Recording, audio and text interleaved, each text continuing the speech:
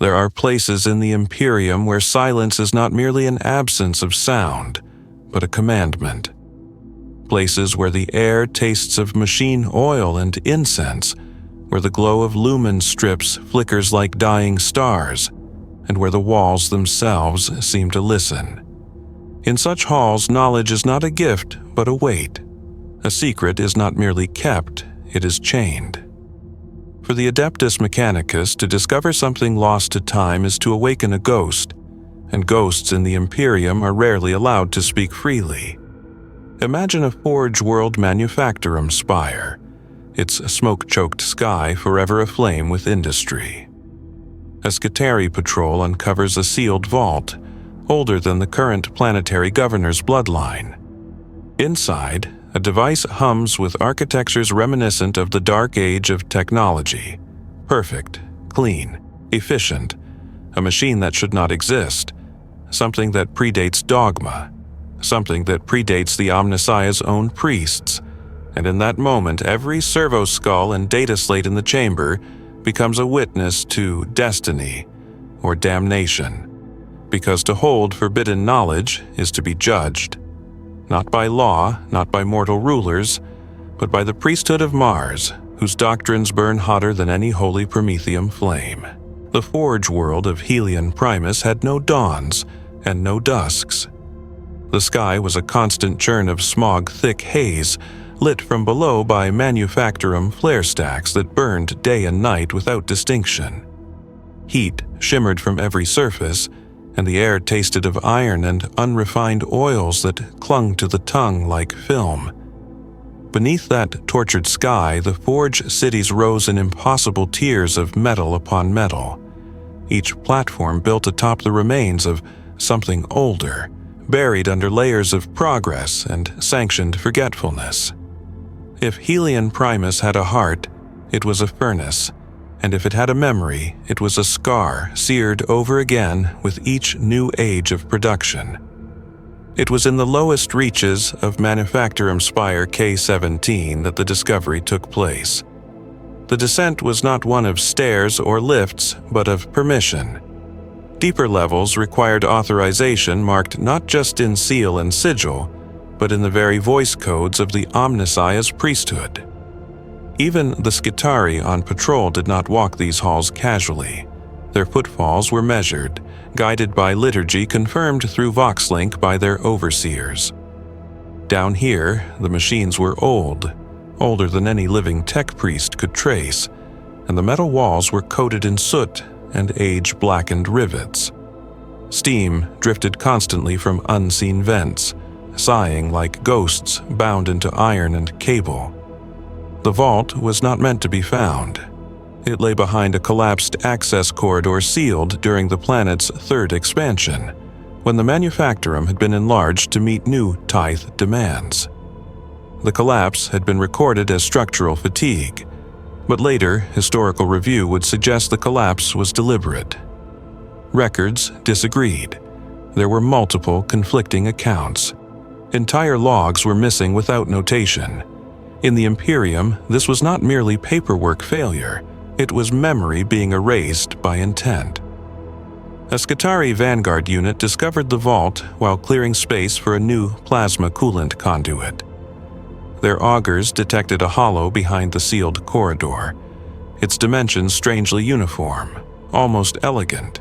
No errant piping, no branching ventilation, no crude plating patches, just a chamber, sealed in perfect geometry. Their commanding tech priest, Magos Veneris Tau, ordered the debris cut away. Sparks filled the corridor as rotary cutters and thermal lances bit through metal that should not have been so resilient. When the first slab fell away, and the harsh lumen sticks of the Skitarii shone inside, silence fell across every Vox channel in the squad. The room was pristine, not clean. There was dust, and the air tasted stale, but untouched, unchanged. The walls were not rusted, nor patched, nor carved with the usual layering of rites and reverence. Instead, they were smooth, shaped with precision unknown in any current Forge template. The surface of the interior chamber bore faint lines of hexagonal latticework, so fine that one had to adjust their bionic optics to perceive it. Every tech priest present felt the same, tightening behind their augmetic eyes, recognition without understanding, a memory that was not theirs. At the center of the chamber stood the device. It was small, no larger than a sealed reliquary chest. Its casing was silvered, but not the dull steel of modern manufactories. This metal seemed to catch the light in a manner that suggested depth, as if each reflection hinted at internal layers of structure rather than surface gleam. Thin conduits ran across its exterior like veins, pulsing faintly, though no power source was attached. It hummed, not audibly but perceptibly, like pressure at the base of the skull. Magos Veneris Tau approached the device with slow, reverent motion. He recited the litany of unshadowed form, a precautionary invocation against scrap code or warp taint. His mechadendrites unfurled like metallic tentacles, each tipped with scanners and auspex arrays. He expected to find corrosion, power signatures, manufacturum origin stamps. He found none. There were no maker's marks, no serial inscriptions, no indexation of assembly. This was heresy of the purest and most dangerous kind, knowledge without documented lineage. One of the Scutari, a Vanguard Alpha designated V-39 Calyx, spoke first across the squad vox. "Magos," he said, the words carried through vox grill distortion. "Is it of the Omnissiah?" A long silence answered him. Even through the static filter of the noosphere link, every soldier and priest felt the weight of the Magos' private calculations. Such a question was not permitted to be answered lightly. The cult Mechanicus taught that all knowledge came from the Omnissiah, but only knowledge that was known could be safely worshipped. This device was not known. Therefore, either it was a gift from the machine god yet to be revealed, or it was a relic of a past the Mechanicus denied. One definition was salvation, the other, death. Veneris Tau finally replied, his voice modulated into ceremonial calm. "We will say nothing," he said. Even the air seemed to pause. He continued, "Seal the chamber. No data slate record, no noospheric imprint, no transmission. The rite of containment begins now." The Scutari obeyed without hesitation. But obedience was not agreement, and in their silence, the first fracture formed. The discovery had been made. Now, it had to be survived. The rite of containment was not a single action, but a sequence of gestures and vows that bound all who performed them.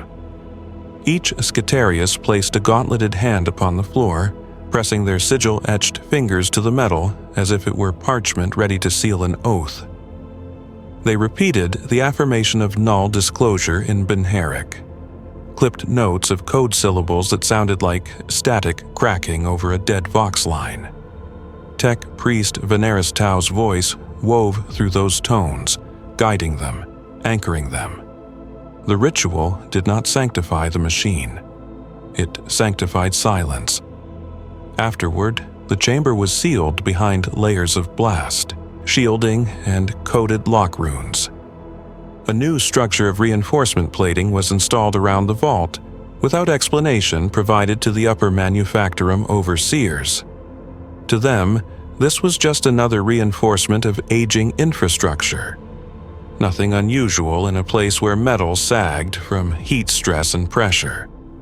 But the Scutari of the patrol knew better, and their data logs recorded the moment in encrypted internal memory banks that no superior had permission to review. It was not defiance, it was insurance. Still, knowledge does not rest quietly. In the cycles that followed, something subtle began to spread through the ranks of those involved. It was not fear exactly, nor awe. It was attention, a tautness in posture and in the flicker of targeting optics. Conversations over squad vox shifted. The usual predictable chatter of weapons diagnostics and patrol rotations grew sparse. When the Vanguard Alpha Calyx reviewed his unit's combat drills, he found their aim had grown sharper, their readiness heightened. It was as if the device in the vault had tuned them, or reminded them of something buried deeper than programming. Calyx did not speak of it, but he felt it. Magos Veneris Tau avoided the patrols after the sealing. He spent increasing spans in his personal sanctum, a chamber of brass-lit hololithic arrays and burning incense coils that released fragrant smoke in shapes resembling sacred geometry. There, he reviewed noospheric archives, trawling through restricted access data vaults older than the planet's current forge masters. He searched for precedent, for echo, for naming. The machine must have a lineage, he thought. All things did. Even miracles had diagrams once. But the closer he reached toward understanding, the more he found absence. Whole swaths of historical records were inaccessible, sealed under Omega-tier classification. That alone was not unusual. But the fields surrounding the records, the metadata, the index tables, the reference chains, were wrong. They had been rewritten, scrubbed, compacted, and rewritten again. Layers of chronological sediment pressed into opaque compression. It was data that had been buried, not lost. Helion Primus was not unique. Many forge worlds had catacombs built upon older catacombs. But the precision of the vault, the clarity of its geometry, the humming pulse of the device, it did not match the Imperium's crude industrial adaptations of the past 10,000 years. It did not even match the revered standard template constructs. It was something cleaner, something designed to be beautiful as well as functional, something from a time when humanity was not surviving, but achieving. Veneris Tau felt a tightening in the cables behind his skull. Innovation was sacred in theory, but heresy in practice. A tech priest who discovered something truly new could be elevated to sainthood, or erased so completely that even his name was forgotten. He ran a palm of metal and synth flesh over his augmetic face, feeling the faint vibration of his internal cogitator's regulated hum. The device's pulse had lingered in his mind since the moment he touched it. Not as memory, as presence. He had to report the discovery. That was unquestionable. But how it was reported determined whether knowledge lived or died. Households of tech priests had been extinguished over less. A whisper could kill just as thoroughly as a plasma blast. So he requested audience with the Forge Hierarch. The Hierarch, Archmagos Dominus Ferrum Auras, presided over Helion Primus like a conducting spirit over a mechanical choir. His body was less flesh than reliquary, copper and gold platework, vat-grown cortical tissue suspended in stasis gel, his voice amplified through a dozen vox grills that resonated simultaneously. His sanctum was high above the manufactorum levels, where the heat softened and the haze lifted just enough to see the faint outline of metal horizons. Veneris Tau approached with slow, measured steps. Every movement was recorded by servo skulls that hovered like metallic carrion birds, capturing angle and posture and vocal modulation. When he knelt, the floor vibrated with the Hierarch's presence. "Speak," Ferrum Auras intoned, the word echoing in layered monotone. Veneris Tau did not describe the machine's appearance. To do so without controlled initiation would be to risk contamination of interpretation. Instead, he presented the fact of the vault's discovery, its sealed nature, its geometric construction, its anomalous purity. He spoke without inflection, allowing only sanctioned reverence to color the description. Ferrum Auras listened in absolute stillness. When Veneris Tau finished, the silence deepened, as though the very machines around them paused to consider. "You have performed the rite of containment," the hierarch finally said. Yes, Veneris Tau replied. You have not spoken of this to any beyond your unit. No. Good. A long pause. Bring it to me. The words were soft, almost gentle. Something in Veneris Tau's internal temperature regulators shifted, compensating for a phantom chill. To expose the device now was to choose a path that could not be walked back. Yet obedience was not optional. As the Omnissiah wills, he said. But the hierarch did not reply in prayer. He simply watched, and the watching felt like a blade. The transport of the device from the sealed vault to the hierarch's sanctum was arranged with no ceremony, no recorded authorization, no formal chain of possession. That alone marked the moment as dangerous. In Mechanicus protocol, every object had provenance and tracking. Even a fragment of broken cogtooth was logged, charted, and archived. To move something without record was to remove it from the world's official reality. It would exist only in memory, and memory was the most fragile and the most punishable form of knowledge. Veneris Tau selected only 4 Scitari to accompany him, though a full detachment would have been standard. Vanguard Alpha Calyx led the formation. No words passed between them beyond essential orders. Everything else, the questions, the unease, the silent weight of implication, lingered unspoken but felt. The descent to the vault felt different this time. Not physically. The corridors were the same soot-darkened hallways lit by lumen strips that flickered like candles about to fail, but spiritually. The silence had changed. Before, the halls felt abandoned. Now they felt observed. The walls seemed attentive. The air felt expectant, as if holding its breath. When the final seal was broken and the vault reopened, the device looked unchanged. Yet something emanated from it. A presence, subtle as a pressure changes before a storm. Veneris Tau approached, reciting the canticle of measured contact. His mechadendrites extended again, but this time he did not attempt to read the device. He only lifted it. The weight surprised him. Not because it was heavy, it was almost impossibly light, but because the moment his hands touched it, the hum that had lingered in the base of his skull flared. Not sound, not heat. Something like awareness. A sense, alien yet familiar, as though the machine were not merely built to be operated, but to regard the one who held it. Calyx and the other Scitari reacted without signal. Their weapons angled not outward but inward, toward the room, toward the idea of intrusion itself.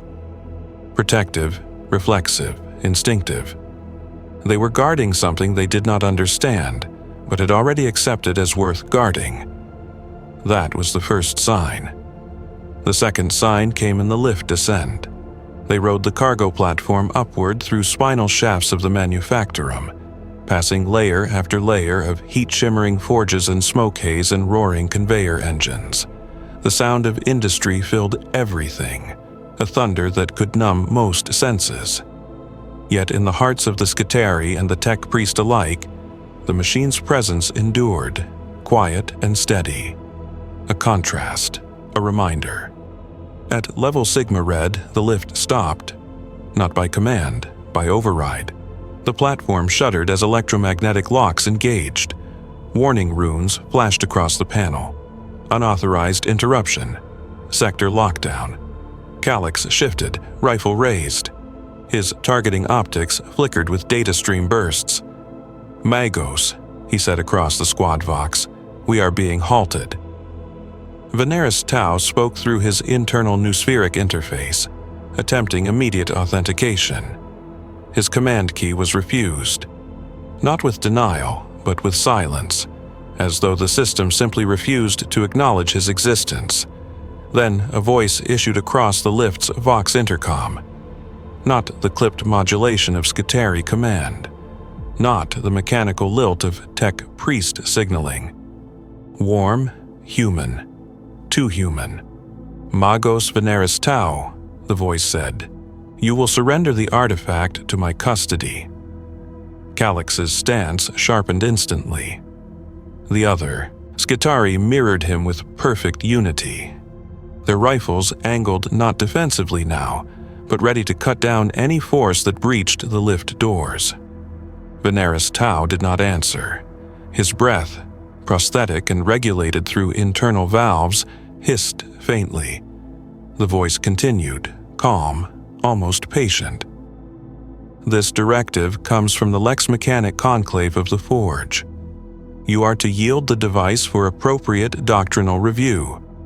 You have acted outside standard data reporting protocol. Your continued possession constitutes potential heresy." Calix spoke before Veneris Tau could. His voice was low, static bird, but steady. Authorization code for this order. Silence. Then the voice replied, "No code is required, Skitarius. This is not a request." The lift doors began to unlock. The Skitarii reacted instantly. Weapons raised, stances braced, a formation of perfect overlapping lines of fire. The doors slid open. The corridor beyond was empty. No ambush, no overseer, no delegation of Lex mechanics. Only still air and a long hallway of echoing metal that stretched into shadow. Veneris Tau felt the hum in the device pulse once, a quiet acknowledgement, a reminder that the path ahead was now chosen. Calix spoke again, but this time it was not a question. "We continue," he said, and they stepped forward, carrying the device deeper into the Forge world's upper reaches, with a silent understanding that they had already crossed the threshold where doctrine could protect them. Now, only belief would. The corridor that stretched before them was unfamiliar, though Veneris Tau had traversed the Manufactorum's upper sectors for years. It was too clean. No rust clusters along the rivet seams, no grit underfoot, no rattling of loose cable conduits humming with residual charge. The walls were plated in polished adamant alloy, and lumen strips emitted a steady glow without the faltering flicker common in industrial zones. This was a place meant to be seen only by those with sanctioned purpose. A corridor maintained not by automatic repair systems but by care. It meant someone had prepared for this moment. Their steps echoed, metal on metal, rhythmic and deliberate. Calix advanced at point, his movements smooth and precise, his rifle angled down the corridor but never wavering from readiness. The other Skitarii mirrored his pace, their augmetics modulating to maintain breathing cadence that sounded more like a chant than respiration. Veneris Tau followed, the device held in both hands, its weight igniting a constant whisper just beyond conscious thought. Not words, not images, more like an invitation. The hall terminated in a set of doors sealed by gilded cog sigils. Veneris Tau recognized the marking, the arch symbol of a Forge hierarch's private sanctum. But this one belonged not to Ferrum Auras. This was older. The sigil bore marks from before the current hierarch's ascension. The arch apex carried the trace of a personal seal whose owner should have long since returned to the dust chambers or the data sarcophagi of retired priesthood. "Locked," Calix announced, though the door had not yet been touched. Veneris Tau stepped forward. The device in his hands pulsed faintly. The locks unlatched. No code, no invocation, no command. The door simply opened. A draft flowed outward, carrying air that felt different from the smog-hot atmosphere of Helion Primus. Cooler, drier, almost sterile. The chamber beyond was dim, lit only by soft blue lumen rods suspended in hovering alignment around a central dais. On that dais, schematics hovered in rotating holodisplay, fragments of circuitry, energy routing patterns, waveforms with branching harmonic overlays. None matched any known STC. None corresponded to Mechanicus doctrine. Someone had been studying something like the device before. Someone with access. someone with rank, someone who no longer wished their work recorded. Calix motioned the Skitarii to secure the room. They fanned out, scanning corners and recesses where servitors or assassins might hide. But the chamber was empty, abandoned, though not long enough for dust to settle. Veneris Tau approached the dais. The holo-schematics flickered as he neared, shifting to patterns that mirrored the latticework etched into the vault walls. He lifted the device onto the dais. The room responded. The lumen rods brightened, shifting hue from blue to argent white. Lines of light traced themselves across the floor and walls, revealing engravings hidden beneath the metal surface. Wiring patterns too intricate to be functional, more like script than circuitry. They formed circles, glyph arrays, the lost language of the dark age of technology, though the Mechanicus would never call it that. To them, it was simply forbidden. Calix turned as the chamber lit. His visor optics shimmered with data feeds. "Magos," he said quietly. "The hierarch did not prepare this room." "No," Veneris Tau agreed. "Then who?" The answer came not from Veneris Tau, nor from the Skitarii, nor from any living tongue. It came from the machine. A surge of light radiated from the device, not blinding, but enveloping, gentle, like a memory being restored rather than bestowed. Every console in the chamber activated. Holoscreens filled with diagrams, not instructions, not warnings, possibilities, energy forms, material tolerances, structural evolutions of humanity's oldest dream, to improve itself without losing itself. The Mechanicus had spent 10,000 years replacing the flesh to preserve the function. This device proposed something else. Integration without loss. Harmony of form and machine, not worship. Understanding. Veneris Tau felt his breath catch, not in lungs, long replaced, but in thought. Calix lowered his weapon just slightly, not from weakness, from recognition of a possibility he had never been allowed to imagine. "This is," he began. A new voice answered. "Yes," it said.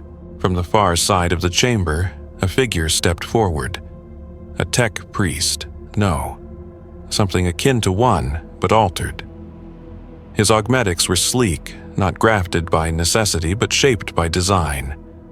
The glow of his optics was steady, unhurried by calculation routines. His body was not a compromise between machine and decayed organic frame. It was whole.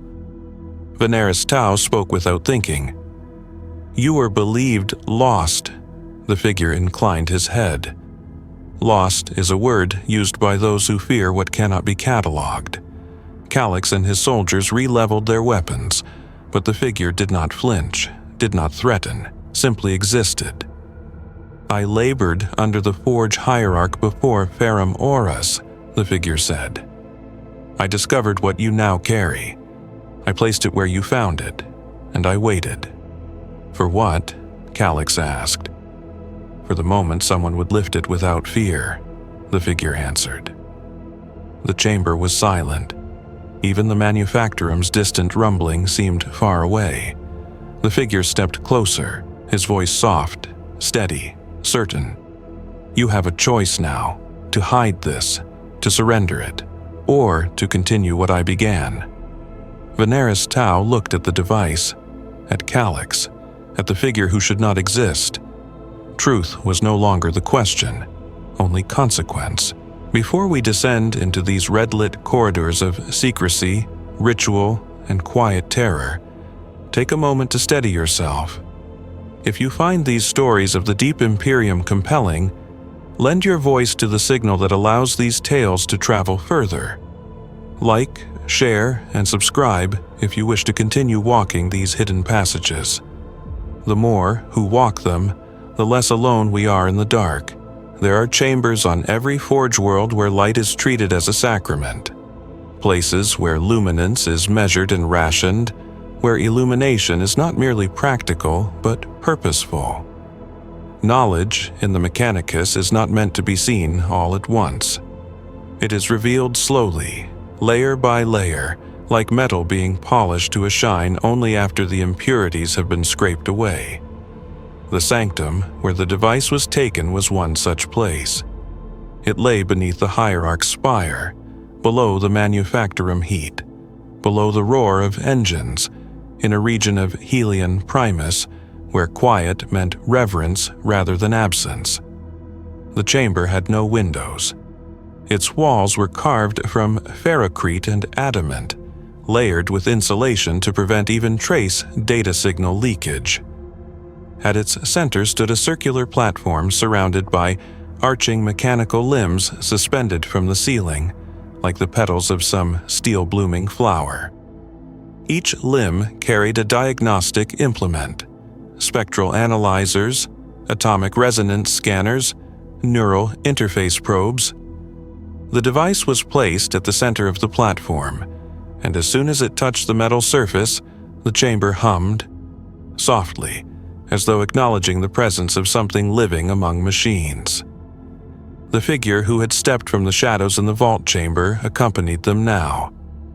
His name, once spoken aloud in Helion Primus, had been exiled to the sealed archives of forgotten priests, Magos Emeritus Helix Drav. A title for one declared absent but not dead. He moved through the sanctum with the quiet certainty of someone walking a familiar memory. His augmetics gleamed in the dim light, but none bore the crude grafting that defined most tech priests. He was proof of something unspoken, that there were ways to shape the union of flesh and machine that did not require mutilation. Veneris Tau watched him with a mixture of reverence and dread. To acknowledge Helix Drav's presence was to acknowledge that entire truths had been hidden, not by enemies, by their own. Helix Drav gestured to the platform. The right of examination begins when intent is declared, not function, not purpose, intent. His voice held no synthetic modulation, though his lungs were certainly artificial. It gave his words an unsettling warmth. Calix and the Skitari stood watch at the edges of the chamber, weapons lowered but ready. Their optics swept the corners, the ceiling, the door seals.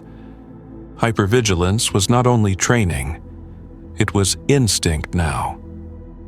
Veneris Tau stepped forward, reciting the invocation of analytical sanctity, each phrase punctuated by a controlled release of steam from the vents in his thoracic implants. By trace of circuit and by memory of spark, by will of mind and machine entwined, we seek not dominion but comprehension. Helix Drav nodded once. The chamber responded. Mechanical limbs descended in slow arcs, scanning layers of the device with beams of pale blue luminescence. Holographic overlays formed in the air, diagrams of internal structures, flows of energy, waveforms that should not exist in matter-based systems. Veneris Tau's noosphere filled with data streams pouring in faster than his mind could meaningfully parse. He attempted to categorize the fields, but the device resisted categorization, not by shielding, not by encryption, but simply by being what it was, a machine that did not fit the language the Mechanicus used to describe machines. "It is not locked," Helix Drav said softly. "It is simply complete." The idea was blasphemy. The Mechanicus believed all machines were imperfect, awaiting refinement through holy maintenance, sanctified calibration, sacred recalibration rites. A perfect machine needed no prayer, and that meant it required no priesthood. Veneris Tau's hands trembled. The movement was faint, only visible in the micro-twitch of servo muscles along his knuckles, but Helix Drav saw. "You feel it," Helix Drav said. "The presence of design not meant to replace us, but to elevate us." Calix spoke then, his voice dry as desert metal. "Why hide it?" Helix Drav turned his gaze to the Skitarius, and for the first time, something like grief crossed his features. "Because the Mechanicus fears what it cannot name," he said, "and what cannot be named cannot be controlled." The chamber lights dimmed. A low tone vibrated through the sanctum, a signal of external authorization request. Someone was trying to enter, someone high-ranked. Veneris Tau recognized the tone instantly. His systems identified the access signature. Ferrum Horus, the Forge Hierarch himself. The chamber fell silent. Hallex Drav's voice lowered, quiet but unshaken. "You must decide, Magos, before the door opens. Is this machine an object to be surrendered to doctrine?" He nodded toward the device. "Or is this the first step toward remembering what humanity once intended to become?" Veneris Tau felt the hum of the device against his palms, steady, patient, alive. The door locks disengaged. The hierarch was entering. The doors parted with hydraulic grace, not forced, not slammed, but opened with the certainty of authority. Archmagos Dominus Ferrum Auras entered the sanctum accompanied by 2 lesser tech priests and a pair of Cataphron breachers, whose hulking chassis made the chamber feel smaller. The hierarch's presence did not fill the space through volume or motion. It filled it by gravity, weight, a presence that pressed down like a furnace lid sealing shut. His vox grills emitted no chanting, no invocation. Silence, for him, was declaration enough. Hallex Drav did not bow. Veneris Tau did. Calix and the other Skitari did not move at all. They remained in formation, weapons lowered only because raising them would have meant choosing open rebellion. Ferrum Auras stepped forward, his layered voice speaking through 3 separate emitters in perfect tonal unison. "You have activated a device that was sealed under Omega Lock designation." There was no accusation in his tone, no emotion at all. Simply fact stated as record. Hallex Drav answered, calm and unbent. The lock was a cage built of fear. The mechanism's purpose is not corruption. It is reclamation. Ferrum Auras turned his gaze to the device. For a moment, the sanctum seemed to hold its breath. "The last time this machine's like was revealed," the hierarch said, "the forge world of Lexos Nigh burned for 9 years. Entire manufactorums were swallowed in flame. The priesthood fractured. Half believed it a path to the Omnissiah's true form. The other half declared it an abomination of the soulless past. His optics dimmed, recalling data recorded before his current frame had been built. No side won. They simply killed each other until only ash remained." Hallex Drav did not look away. They killed each other because they believed their doctrine immutable. But doctrine is not the Omnissiah. It is only how we describe him today. To challenge doctrine, even in phrasing, was the closest one could come to blasphemy without uttering the forbidden. One of the lesser tech priests beside the hierarch hissed static in disapproval. A flick of Ferrum Auras' hand silenced him. Veneris Tau raised his head. He felt his coolant veins pumping harder than they had since his first neural graft. "Hierarch," he said, voice measured. "The device does not resist examination. It invites it. Its construction predates dogma, but its purpose aligns with the machine God's will, the union of flesh and steel perfected." Ferrum Auras regarded him with no visible change. "You are inexperienced in matters of hidden history, Magos. There are truths that survive only because they are buried. There are machines that grant knowledge humans were not meant to remember. And yet," Hallex Drav murmured, "here we stand remembering." The hierarch's optics shifted to him again. Recognition, data stream verification, identity confirmation. Hallex Drav was no hallucination, no rogue ghost code, no corrupted simulacrum. which meant the Mechanicus had knowingly allowed the record of his existence to be erased. The silence in the chamber was not indecision, it was calculation. Ferrum Aurus spoke again, and this time his words carried something heavier than statement. Helix Drav, you were exiled by decree of Mars, not for error, not for failure, but because your research was deemed excessively persuasive.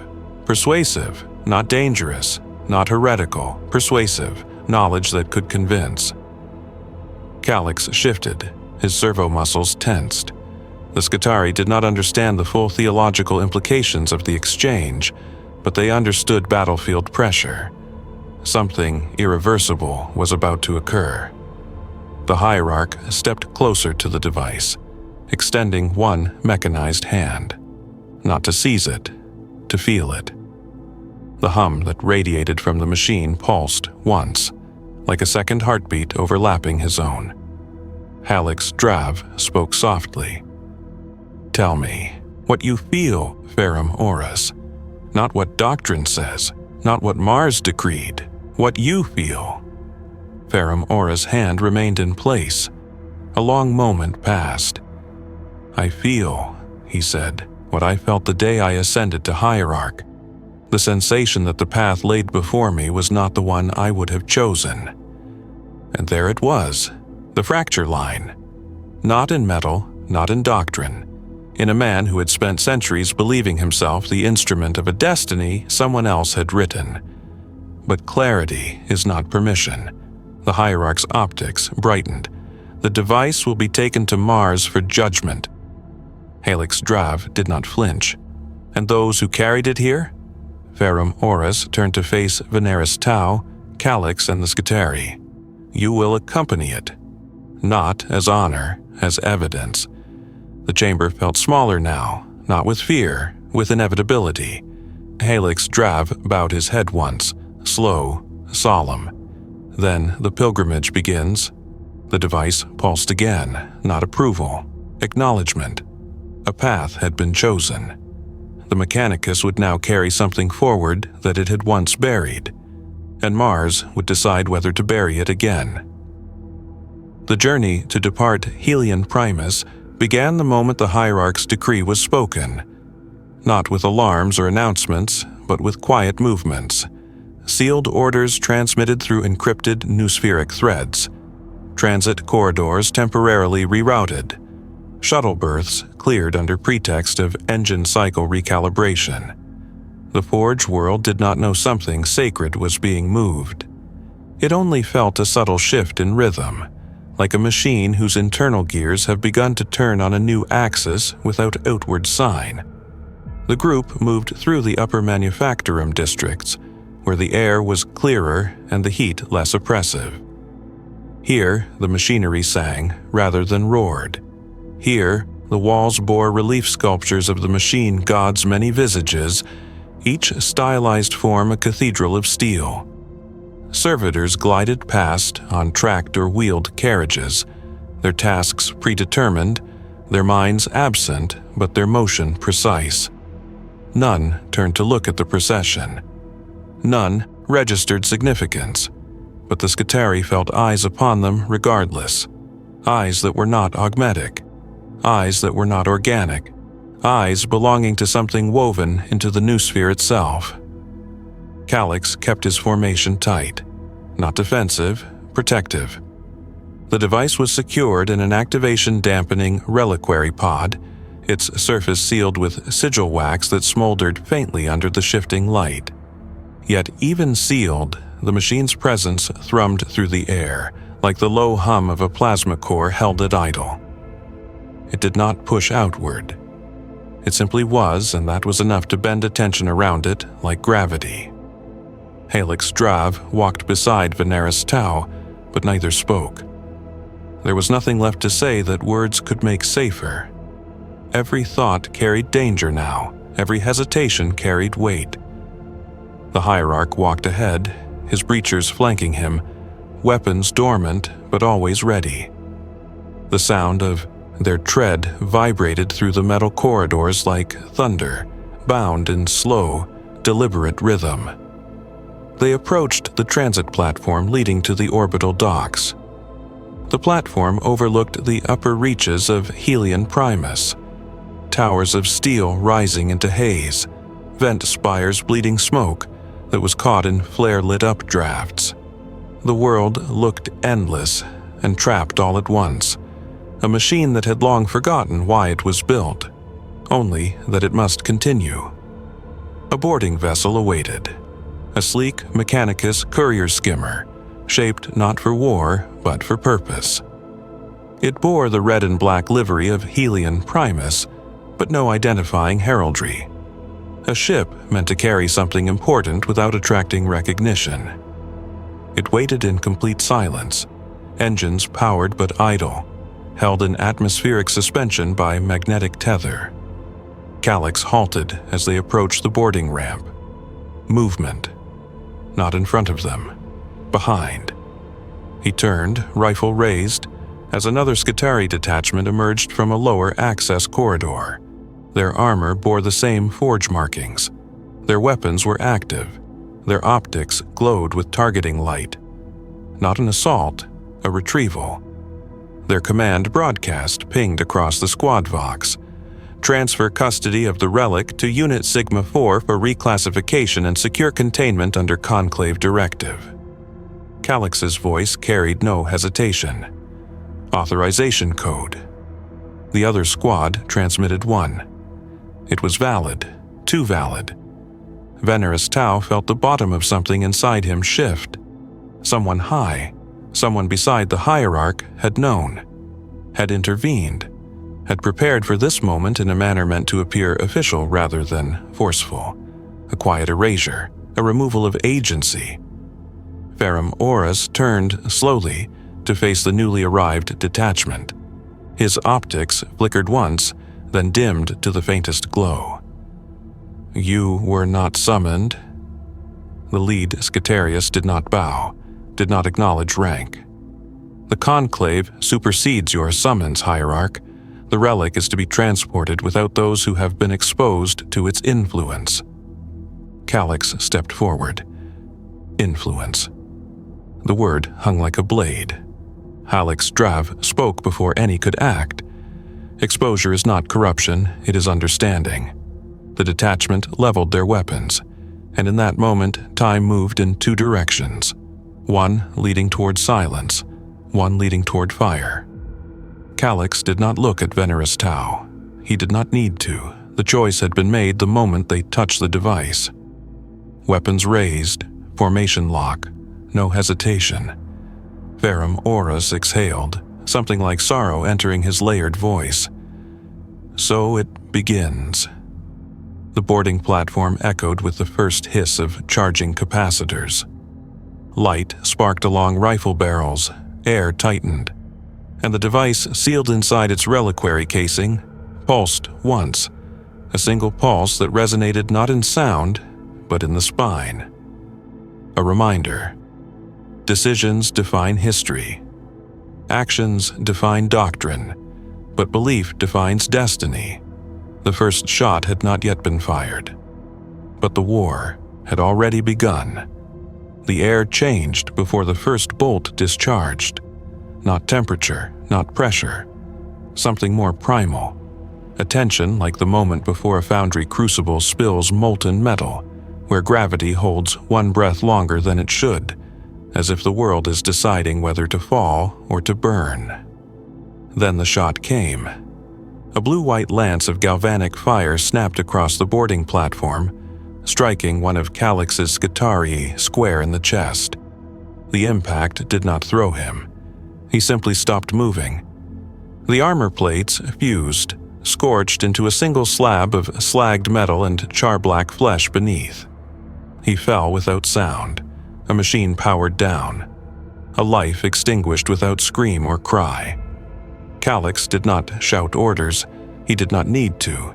The formation reacted as if guided by a single will. Burst fire patterns flared. Loss beams cut through the haze.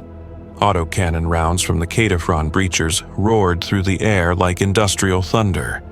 Sparks erupted from walls and floor plating as metal struck metal, Metal pierced metal. Metal ended what had once been human. The opposing Skitarii moved with equal unity. Their armor glinted with the same forge sigils. Their programming was identical. They were reflections. Brothers made into weapons for opposing interpretations of obedience. The battle was silent except for the weapons. No one screamed, no one cursed, no one hesitated. Ferrum Horus stood at the center unmoving.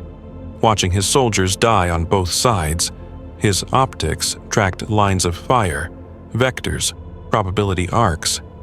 He was not choosing. He was witnessing the cost of the choice already made. Helix Drav moved toward the reliquary case. Not to flee, to guard. His motions were fluid in a way few tech priests ever retained. Not enhanced speed, preserved humanity. Veneris Tau realized, with a spark of something like grief, that this was what the Mechanicus had lost long ago.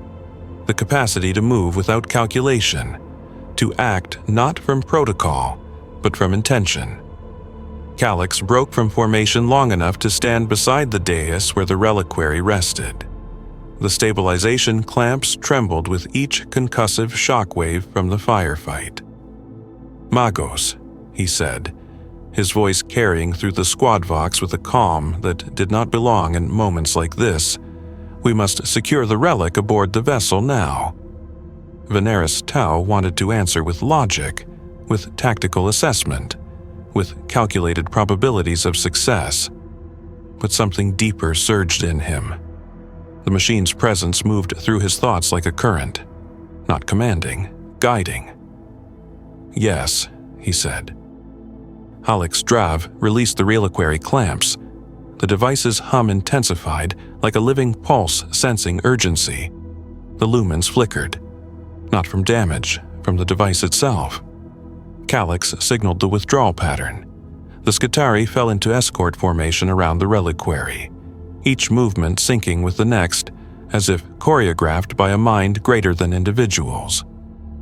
The opposing Skitarii saw the shift. They redirected fire. A corridor of suppressive las flare and plasma arcs filled the passage between the platform and the vessel's ramp. It was a killing field, a gauntlet of fire. Calix did not slow. He advanced into the storm. Rounds struck his armor. One pierced his shoulder plating, sending sparks and coolant vapor spraying outward. He kept walking. His steps did not falter. Neither did those behind him. Ferrum Horus finally moved. For the first time since the confrontation began, the hierarch raised his hand, not in command, not in benediction, but in intervention. A wave of electromagnetic energy pulsed from his core reactors, disrupting targeting optics across the platform. A momentary blindness. Barely a second, but enough. "Go," Ferrum Horus said. The word was not shouted, it was permitted. Veneris Tau and Helix Drav carried the reliquary up the boarding ramp. Calix and his soldiers held the passage, their armor glowing with the residue of heat and impact. The courier vessel's engines rose in pitch, power building for immediate launch. As the ramp began to close, Calix turned once, looking back, not at the enemy, not at the hierarch, but at the world that had shaped him. His optics flickered. Not fear, recognition.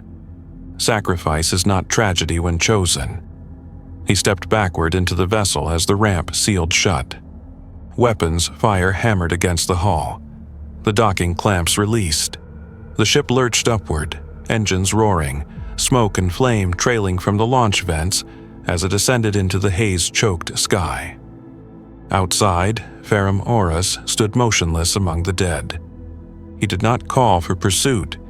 He watched the vessel rise, vanish into cloud and metal ash, carrying with it a machine the Mechanicus had once buried and now remembered too late. He lowered his head, not in defeat, in mourning, for what must come next. Above the atmosphere, the stars awaited, and among them, Mars. The Red World, the birthplace of the cult Mechanicus, the place where judgment would be made, and where truth would be tested against fire. The void had a silence unlike any found in the Imperium's worlds. Not the silence of waiting, nor the silence of secrecy, but the silence of distance so vast that even thought felt small. The courier vessel drifted through the black, guided by a pre-plotted trajectory that cut across the substrate of the noosphere like a thread drawn taut between Helion Primus and Mars. Out here, the machine god's song hummed softly beneath reality, carried in the faint subcarrier frequencies of the Astronomican's distant pulse. To most, it was background. To the Mechanicus, it was prayer. Veneris Tau stood in the vessel's central compartment, hands clasped behind his back. His mind did not drift. Meditation was a regulated affair, not a wandering of thought. He ran internal checks on his cognitive firmware, scrubbed residual adrenaline-equivalent compounds from his bloodstream, cycled coolant fluids through his augmetic spine. Everything was orderly, everything was precise, and yet his thoughts were not still. The device rested inside its reliquary cradle, sealed beneath transparent stasis fields that flickered like glass submerged in water. Even dormant, it emitted that quiet hum, more felt than heard. It felt less like a machine now, and more like a presence that observed rather than waited. A companion in the room that acknowledged those near it without speaking. Hallex Drav stood across from it, posture composed, gaze steady. He had not spoken since departure. There was no need. Words would not change the trajectory they were on. The device was heading to Mars. There would be judgment, and once Mars judged, there would be consequences. Calix monitored the vessel's telemetry from the command interface. His movements were limited now. The wound in his shoulder had penetrated the armor plating and burned through the underlying grafts. He had sealed the breach with repair bond and pain suppressant, but the arm no longer responded with the ease of a perfect machine. It shook slightly when idle. He refused corrective immobilization. Pain was information, and information was vigilance. One of the Skitarii approached him. Trooper V-57 Kima. Her voice carried the faint electronic haze of unit standardization. Alpha, your damage levels are an unacceptable threshold. I will perform graft recalibration. No, Calix replied. Kima did not move, did not insist, simply stood, waiting for the explanation that protocol required. If I recalibrate, Calix said, my aim will steady, my arm will become as before, my focus will return. That is the objective, Kima said. Calix looked toward the reliquary. The machine changes us, he said. We do not yet understand how. I will not hide from the change, not until its shape is known. Kima bowed her head, not obedience but understanding, and returned to her station. Even among soldiers conditioned to obey without thought, something had shifted. Not belief, not rebellion. Awareness. Veneris Tau watched this without comment. Hallex Drav watched him. You fear what happens next, Hallex Drav said softly. Veneris Tau did not deny it. I fear the outcome is already written. Outcomes are only written when no one chooses otherwise, Hallex Drav replied. That is philosophy, Veneris Tau said. That, Hallex Drav answered, is history. The vessel's warning chime sounded, a soft resonant tone, neither alarm nor threat. Calix spoke into the silence, contact within the noospheric band. Veneris Tau accessed the transmission. His internal systems parsed it instantly. Origin, Mars. Authorization, Red Sigil, Lex Mechanic Conclave. Classification, summons for immediate inquiry. Recipient, Magos Veneris Tau. Charge, unauthorized contact with prescribed archaeotech. Secondary charge, complicity in unsanctioned research under excommunicated tech priest Hallex Drav. Tertiary charge, potential heresy. The words displayed within his optical implants, sharp and clear. No embellishment, no rhetoric. Heresy, not accusation, designation. Venerus Tau's coolant pumps cycled once. A physiological echo of a breath no longer tied to lungs. Halleck Strav said nothing. He had heard the transmission through shared noospheric bleed. He had lived these words once before. Calyx turned from the console. "Alpha," Kaima asked. "Orders?" Calyx looked to Venerus Tau. Not to Halleck Strav, not to Doctrine, to the one who had touched the machine and not recoiled. Venerus Tau closed the transmission. His voice did not shake. "We continue to Mars." There was no alternative. There never had been. But something else stirred beneath the certainty, small and growing. Not faith, not defiance, resolution. The device pulsed once behind him, as if it, too, understood. The vessel approached Mars slowly, not because it lacked speed, but because arrival at Mars is a matter of ritual. Even data travels with reverence toward the Red World. The Mechanicus believed Mars was not merely a planet, but a memory of humanity before it forgot itself. Every transmission that crossed into its jurisdiction was filtered through prayer code. Every ship that entered its orbital lanes did so under chant and authentication. The Red World did not simply receive visitors. It judged them before they landed. The view through the observation canopy revealed only a fraction of its scale. A sphere of iron-red dust and polished metal strata, its tectonic plates interlaced with planetary-scale forges that glowed faintly with heat even from orbit. The noosphere was thick here, saturated with centuries of accumulated prayer, coded hymnals repeating in recursive loops, encrypted catechisms that had outlasted empires. One did not think freely near Mars. One remembered what the thinking was allowed to be. Calyx's targeting optics flickered as the noospheric density increased. It was not interference. It was saturation. Information so plentiful that the mind had to compress itself to survive. "Approach corridor identified," he reported, voice steady though the arms still trembled faintly. "Orbital dock designation, Tertiary Chantry 19. Clearance is confirmed. No hostile lock detected." Halleck Strav's gaze did not leave the planet below. His voice was quiet, but not softened. "There will be no hostility, not yet. Heresy is not punished at the gates. It is judged in chambers where only truth and doctrine are allowed to breathe."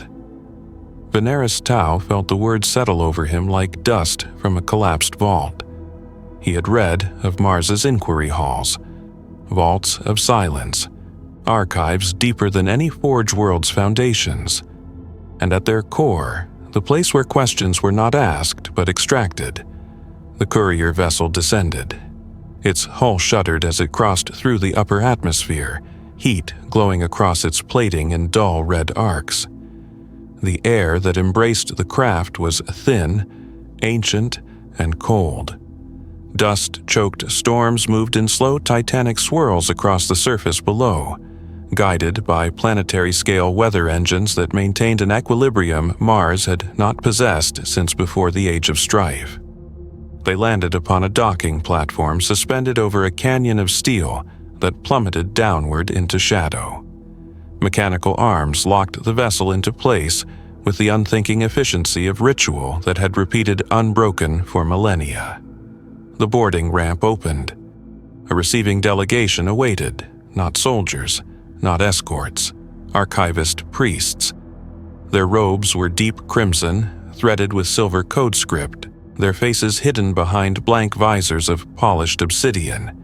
Each carried a staff tipped with a hollow orb containing a spark of plasma flame, the symbol of inquiry, illumination, and destruction in equal measure. One stepped forward. His voice, when it issued from the vox plate beneath the visor, was quiet, too quiet for the space, but the sound filled every ear. Magos Veneris Tau, Skitari Vanguard Alpha Calyx, accompanying personnel.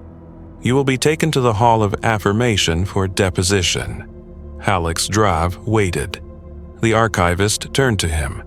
And Magos Emeritus Hallex Drav will be taken to the vault of prior allegations. Calyx's rifle lifted a fraction. Instinct, not threat. Kima's optic flickered as if to intervene. Veneris Tau stepped forward before either could act. No, his voice did not rise. It did not need to. We arrived as one. We answer as one. The archivist stared, though his visor betrayed nothing. You misunderstand your position, Magos, the priest said. The record decides your unity, not your intention. Hallex Drav placed a hand, flesh and steel together, upon Veneris Tau's arm. It is all right, he said. It was not surrender, it was acceptance. This was the path that began the moment they opened the vault. The archivists approached. Hallex Drav was separated from the group without force. The Skitari watched, weapons inactive but bodies coiled like taut cables. Calyx's voice reached Veneris Tau through private vox, low and steady. Alpha command remains yours. We follow until end of directive. Directive. The word that once meant obedience now meant conviction. Veneris Tau gave a single nod. The archivists led them into Mars, into the halls where words were weighed, and where truth was neither sought nor avoided, but refined. The corridor ahead was low-lit, lined in inscriptions not of devotion, but of warning, etched into the walls in languages older than the Imperium, older than the cult Mechanicus, older than Mars as home. There was no turning back. There had never been. The Hall of Affirmation lay deep beneath the surface of Mars, far below the forge cities and assembly tiers, where the heat of the planet settled into a slow, furnace-like stillness. The descent was not announced. The archivists simply walked, and Veneris Tau, Calyx, Kema, and the remaining Skitari followed. The walls of the passage were made not of metal plating, but of stone, veined, ancient, scarred by laser etching and chiseling both. The air smelled of incense and dust, of pages burned and prayers whispered into sealed chambers where no one answered. When they stepped into the hall, it was clear that the chamber had been designed to hold confession, but not repentance. At its center stood a circular dais of polished obsidian, surrounded by tiered seating of red iron. No machines moved. No servitors stood waiting. Even the ever-present hum of cogitators and air recyclers was absent. The silence here was absolute. Not simply lack of sound, but the suppression of everything that might compete with judgment. The archivists motioned for Veneris Tau to step onto the dais. He did so without hesitation. Calyx and the Skitari remained at the perimeter, permitted to stand but not to speak. Their presence was recorded as witness, not as defense. Across from the dais, another door opened. A procession of tech priests entered, each one marked by sigils of archival authority, their robes patterned with stitched histories of doctrinal rulings. At their center walked an elderly priest whose face was still largely flesh, though time had etched deep channels into his features.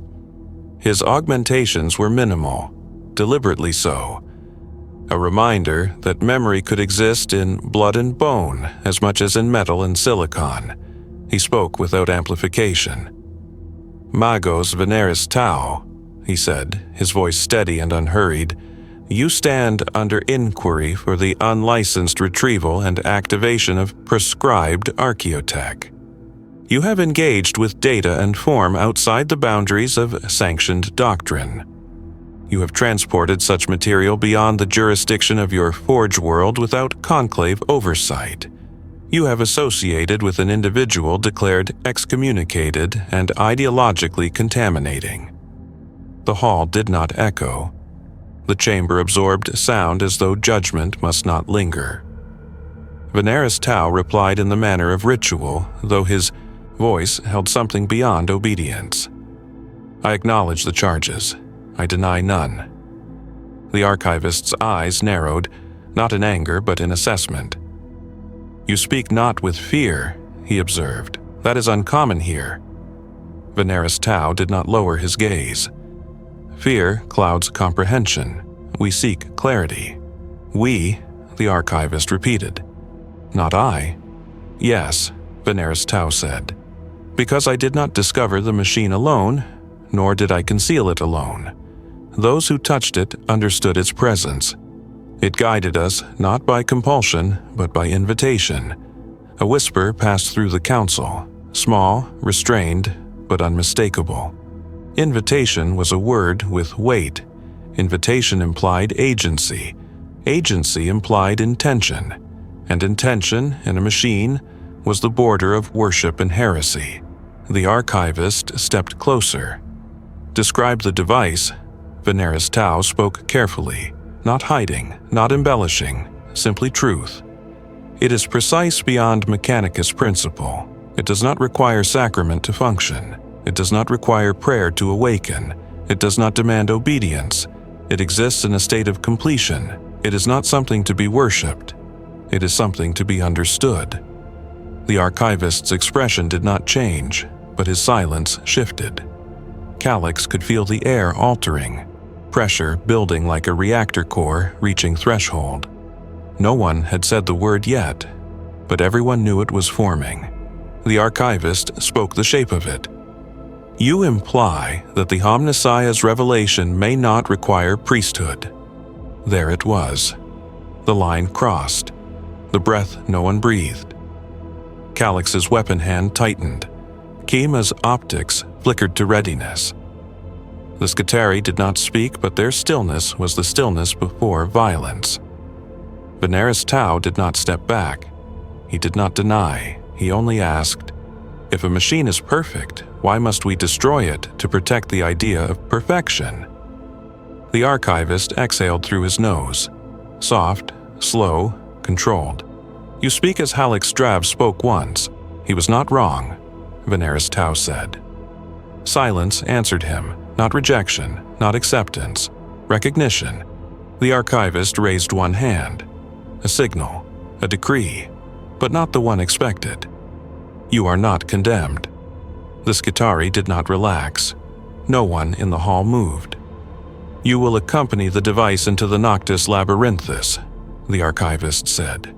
There, judgment is not delivered by counsel. It is delivered by the heart of Mars itself. Calix's breath halted in his chest. The Noctis Labyrinthus, the deepest vaults beneath Olympus Mons, the place where the Mechanicus kept truths too dangerous to speak, the place where knowledge went to be erased or transformed. No one returned unchanged. No one returned unscarred.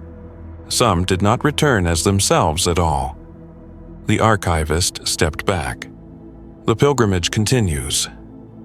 Veneris Tau bowed his head. Calix lowered his weapon.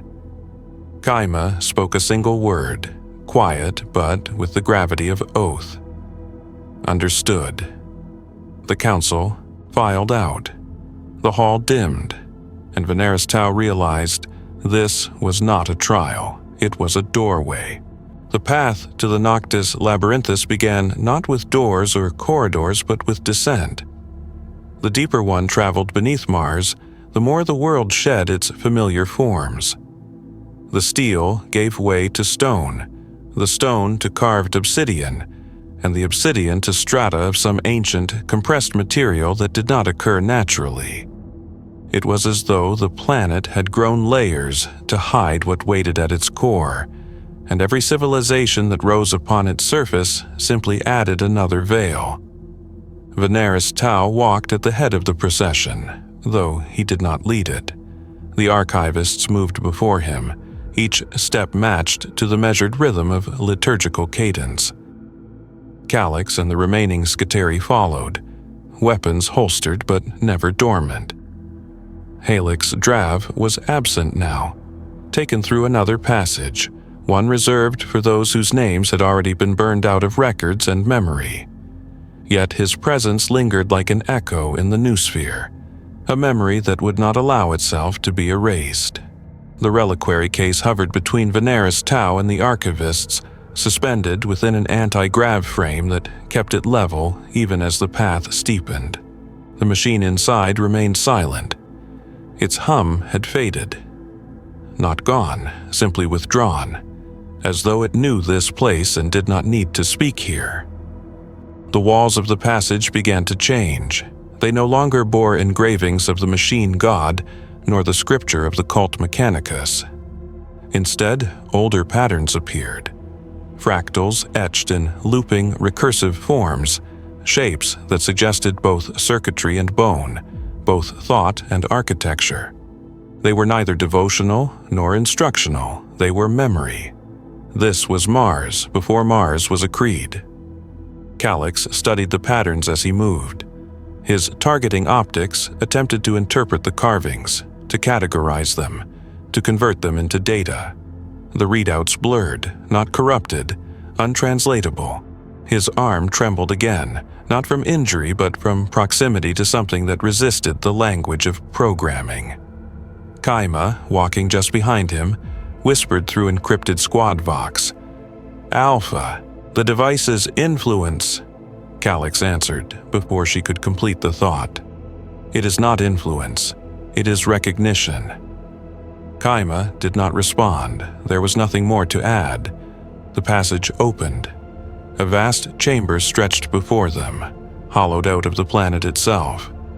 Its ceiling lost in darkness, its floor a web of interlocking metal pathways suspended over nothing. In the center rose a structure that resembled a cathedral, only in the way a memory resembles a word. Tall, angular, asymmetrical yet balanced, it seemed less built than grown. It pulsed faintly with red light, synchronized to Mars's slow, tectonic heartbeat. The archivists stopped at the threshold. "Beyond this point," the lead one said, "no record is permitted.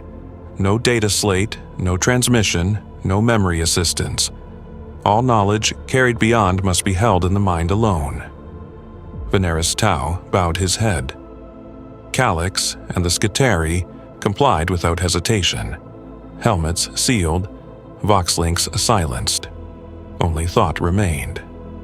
The archivist turned to Veneris Tau. "From here on, the questioning is not done by us." Veneris Tau understood. This was not a trial, this was revelation. They crossed the threshold. Inside, the air was cold. Not physically cold, but perceptually so, like stepping into a memory that was being recalled too quickly. Whispering echoed faintly through the chamber, though no one present spoke. It was not speech, it was resonance. Like a machine dreaming, long after its operators had died. The reliquary frame lowered the device onto a pedestal of black stone veined with shimmering threads of metal. The case opened without command. The machine's surface glowed softly, as though awakening from a long rest. No archivist approached it now. No priest recited liturgy. There was nothing to mediate between the machine and those who had carried it here. Veneris Tau felt his breath become very still. Calix lowered to one knee, not in worship, but in readiness, as though waiting for a shape he had seen once before in a dream he had never admitted he remembered. Kaima stood at his side, her posture identical. The chamber dimmed, the machine spoke. Not with sound, not with light, with understanding.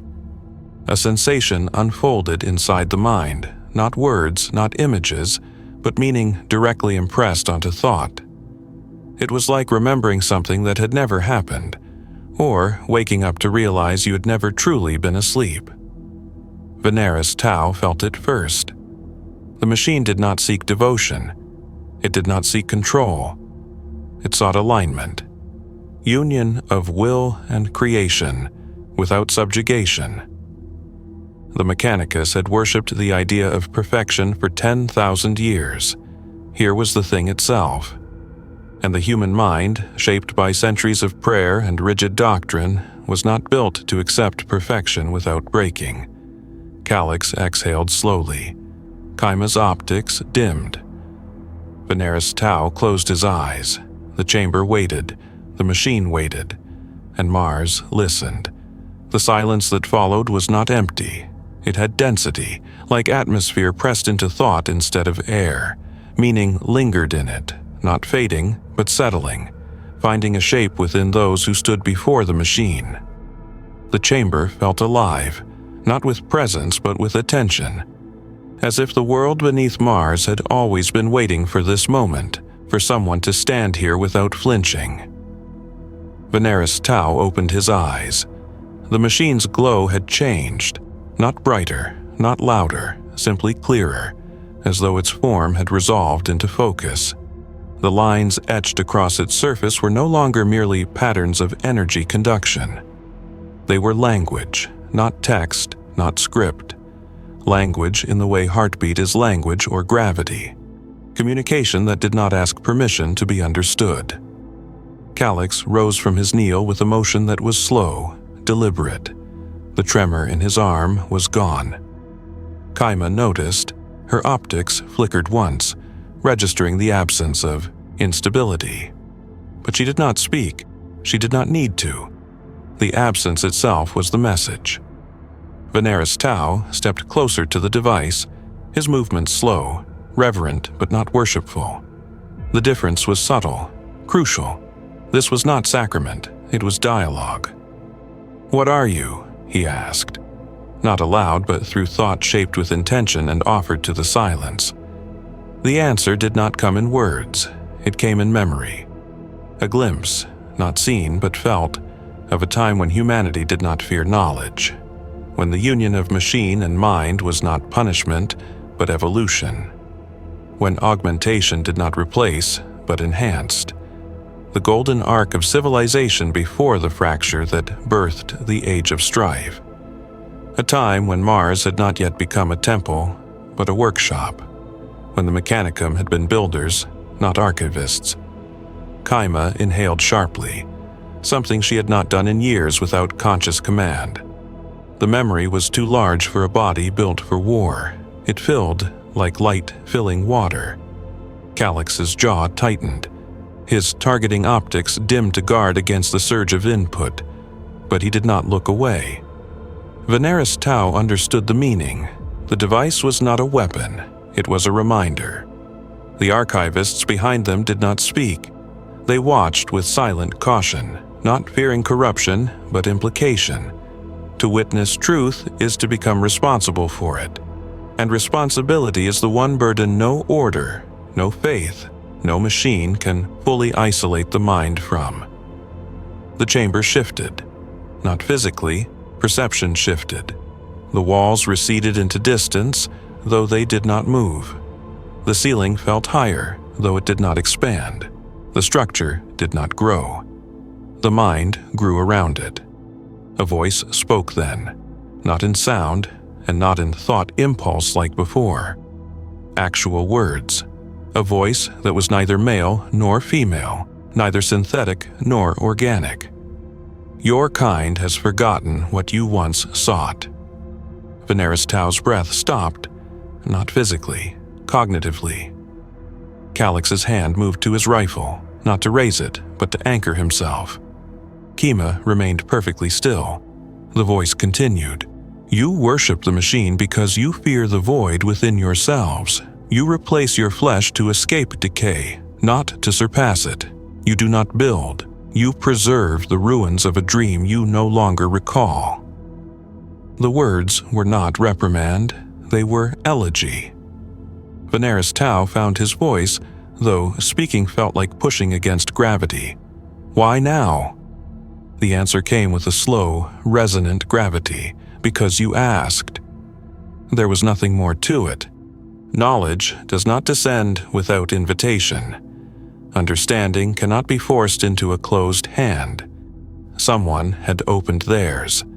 Someone had lifted the device without fear, and that was enough.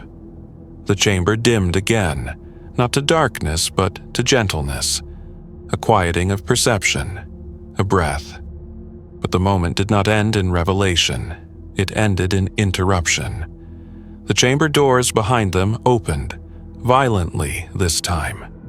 Not with reverence, with force. Red-liveried Skitarii phalanx troopers advanced in full combat cadence, their armor marked with the sigils of the Fabricator General himself. Heavy footfalls shook the suspended pathways. Their rifles glowed with pre-fired charge, and behind them walked a figure draped in Martian crimson and gold, bearing a staff crowned with a trinary halo of rotating cogwheels. A voice spoke, amplified through command vox. Magos Veneris Tau, Skitarii Alpha Calyx, Trooper V-57 Kaima. You will step away from the device, now. Calyx did not move. Neither did Kaima. The figure stepped closer, each movement measured, deliberate, the weight of Mars behind every footfall. This was no archivist, no inquisitor, no hierarch of a single forge world. This was authority, fully realized. The figure stopped at the edge of the central platform. The voice, when it came again, was quiet. You step on the threshold of knowledge, forbidden not by doctrine, but by experience. You believe you have found truth. A pause. You have found consequence. The Skitarii raised their rifles.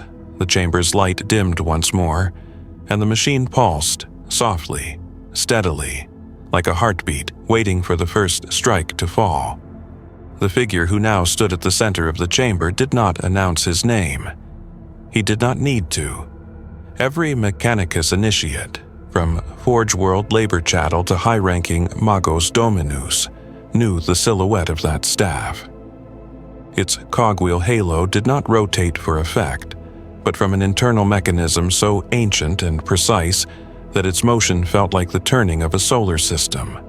The robes of Martian red did not flow like cloth. They hung like the surface of a reliquary casing. His augmetics were not grafted, they were constructed, seamlessly fused, the work of artisans who no longer existed. Fabricator General Colin Seraphile of Mars stood before them. Calyx realized, with a quiet certainty, that this was not a confrontation between soldiers. This was doctrine confronting memory. Those who preserved standing before that which recalled. Veneris Tau met the Fabricator General's gaze. The way one meets a forge flame, knowing it can purify or it can consume. The Fabricator General spoke, and his voice carried the gravity of Mars itself. The Noctis Labyrinthus is the place where we store what we cannot bear to destroy. Calyx's breath stilled. Kima lowered her head, not submission, but reverence for a truth spoken without pretense. The Fabricator General stepped closer, and the Skitarii phalanx parted for him, not from command, from recognition. This device, he continued, is not forbidden because it threatens the Imperium. It is forbidden because it threatens us.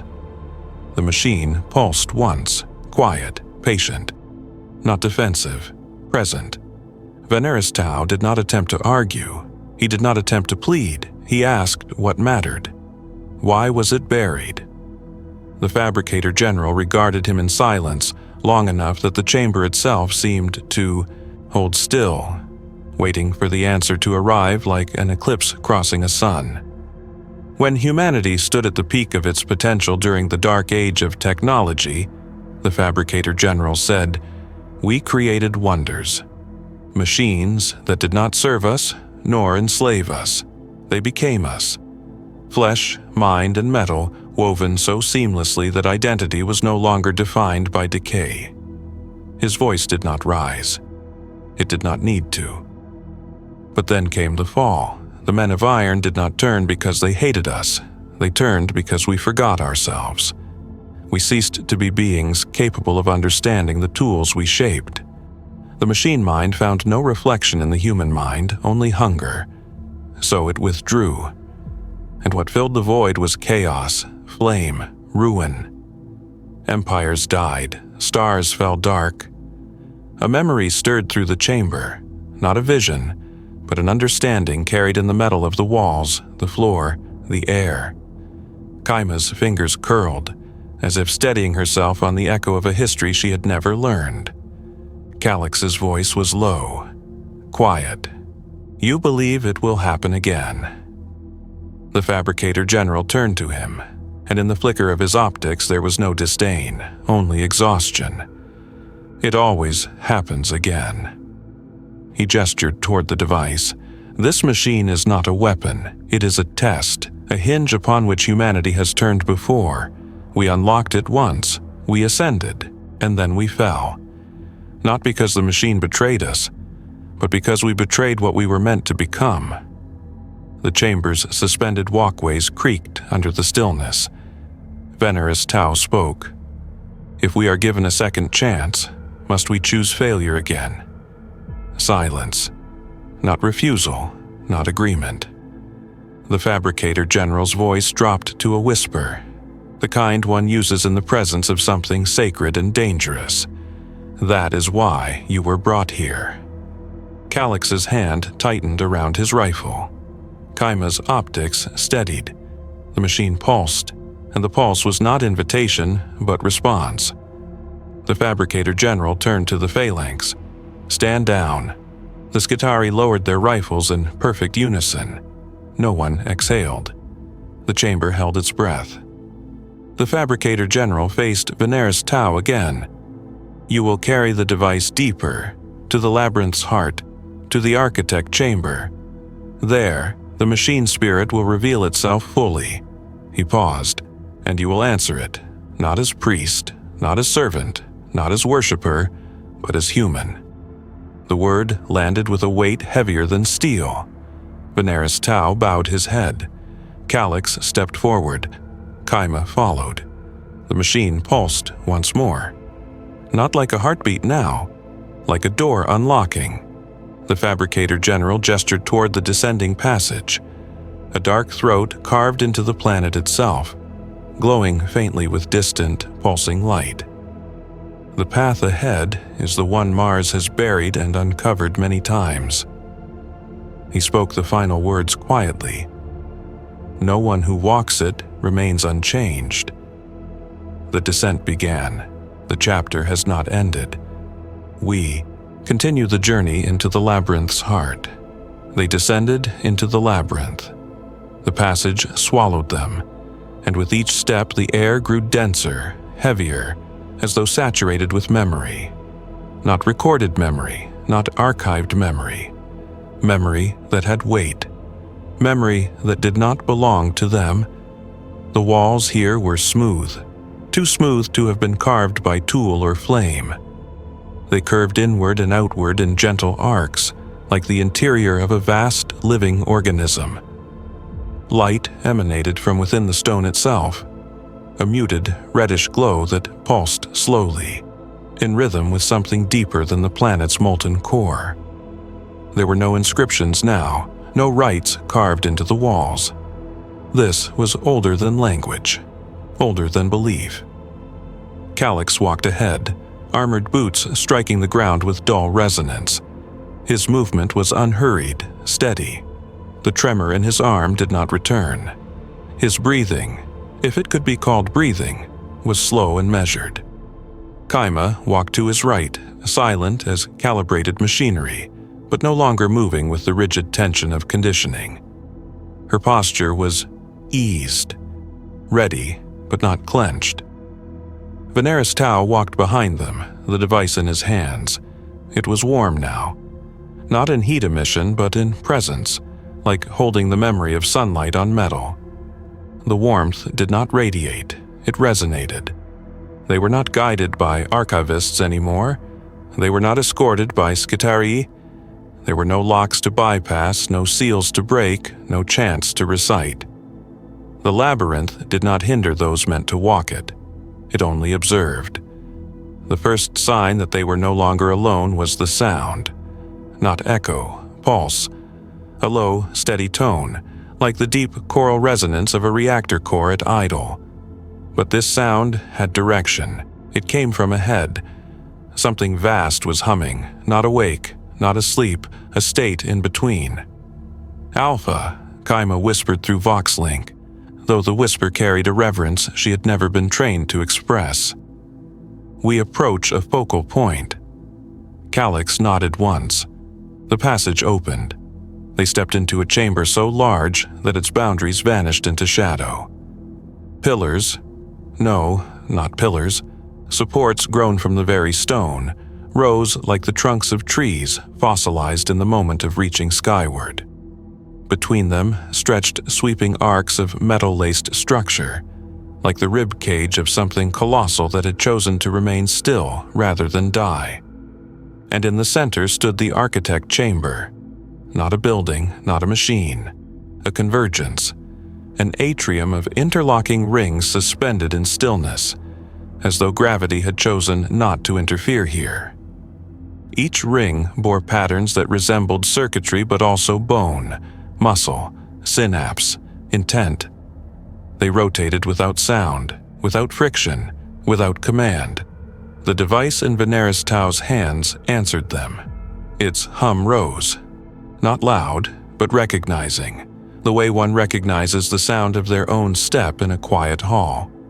The rings responded, their rotations aligned, their motion synchronized into a single, slow movement, as though exhaling.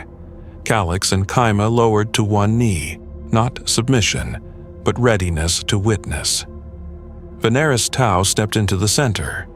The machine spoke again, not to all of them, to him alone. "Do you remember?"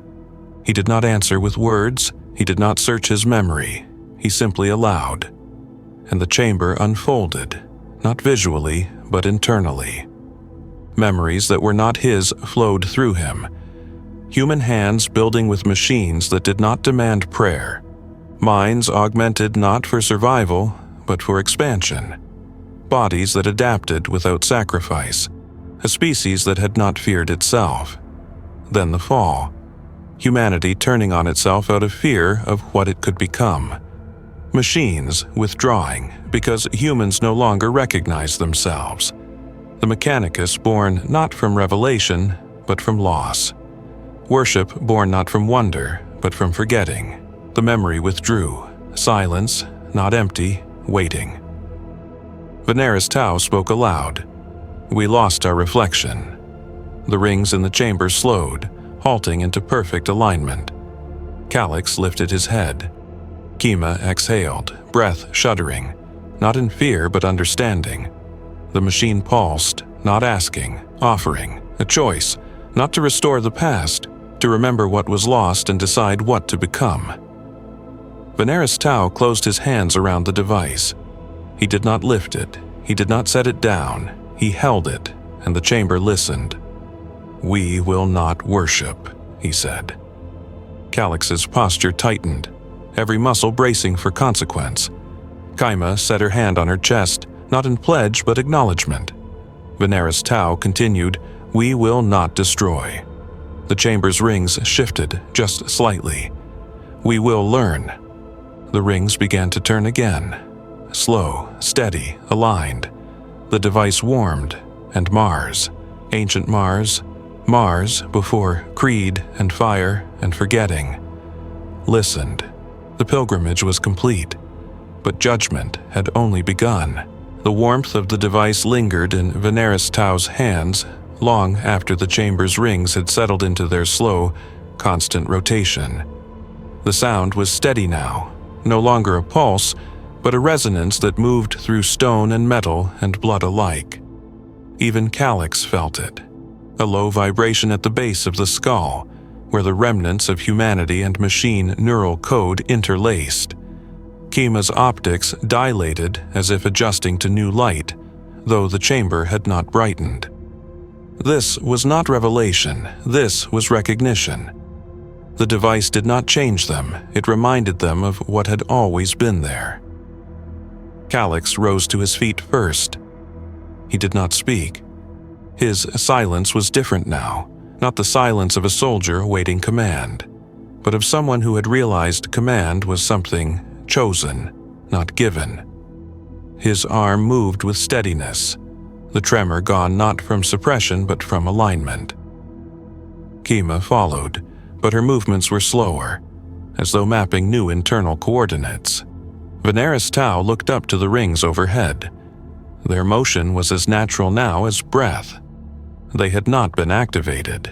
They had been restored to continuity. The chamber, the device, the path. It had all been waiting for someone who would not ask whether access was permitted, but whether it was understood. A sound rose from behind them. Not the rhythmic tread of marching Skitarii, not the measured cadence of archivist procession. Something softer.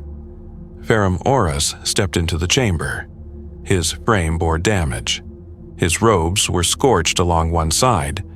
One of his mechadendrites hung broken, its end smashed flat as though struck by something heavy.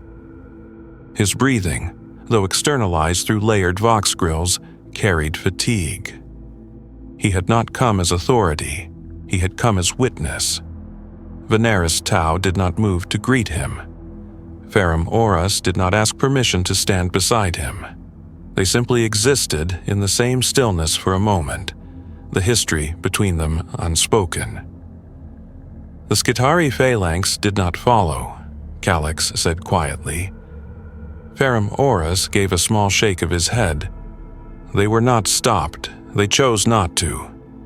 Kima turned her head slightly, as if rebalancing her own understanding of obedience. Ferrum Aurus studied the device, not with reverence or fear, but with the steady, unblinking attention of someone looking at truth and finally accepting the cost of seeing it. When I was elevated to Archmagos, he said, I believed clarity was the highest function of thought. And now? Veneris Tau asked. Ferrum Aurus' optics dimmed. Now, I understand clarity is the beginning of responsibility, not its end. He stepped to the edge of the central platform. The chamber's rings shifted in subtle response to his presence. Not acknowledgement, not greeting, merely awareness.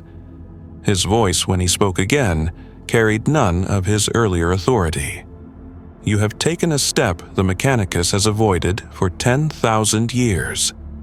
You touched what lies beneath doctrine, beneath fear, beneath preservation. Calyx waited. Not for command, for direction. Kima's rifle rested at her side, not as a weapon, but as an extension of her. Ferrum Aurus turned to Veneris Tau. What do you believe must happen now? There was no correct answer. There had never been. That was the weight the Fabricator General had known. That was the burden the Mechanicus had carried across millennia. The belief that there must always be a correct answer. Veneris Tau exhaled. We do not reveal this to the Mechanicus as it stands. Not yet. They would kill themselves to prevent the world from changing. Ferrum Aurus nodded once. Yes, Calyx spoke, voice steady. But we also cannot bury it again. Kima added softly. To bury is to forget. To forget is to fear, and fear leads us to build the same cage again. Ferrum Aurus closed his eyes, not in sorrow, but in a quiet, exhausted release. The device is not meant to be kept, Veneris Tau said. It is meant to be carried, not by one, not by many, by those who seek understanding without claiming authority. Calyx understood. Kima understood. Ferrum Aurus understood. This was not a revolution. This was continuity restored. But continuity has cost. The chamber dimmed again. The device pulsed. Ferrum Aurus spoke the truth they had not yet voiced aloud.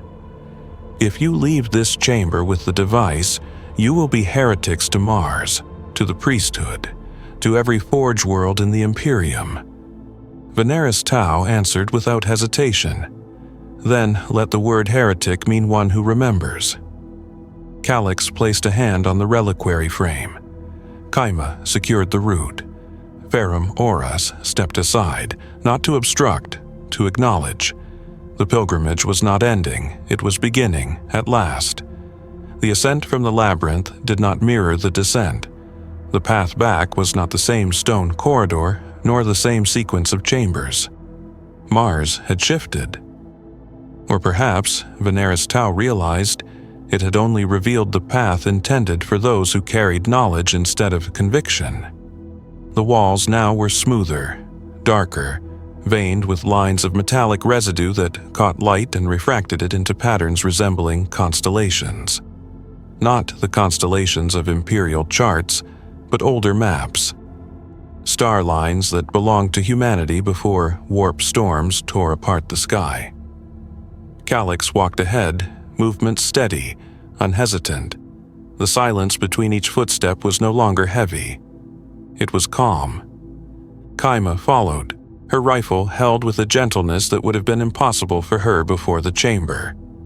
Ferrum Orus walked behind them, step by step, the damage to his frame affecting him not like weakness, but like memory carried visibly. The device remained quiet, not slumbering, listening. When they reached the surface level, the sky above Mars burned in late-cycle dusk.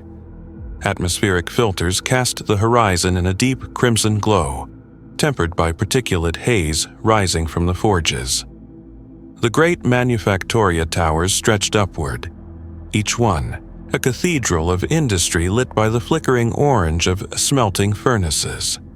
Vast Scutari battalions drilled along steel-equipped causeways far below, their formations precise, their movements exact.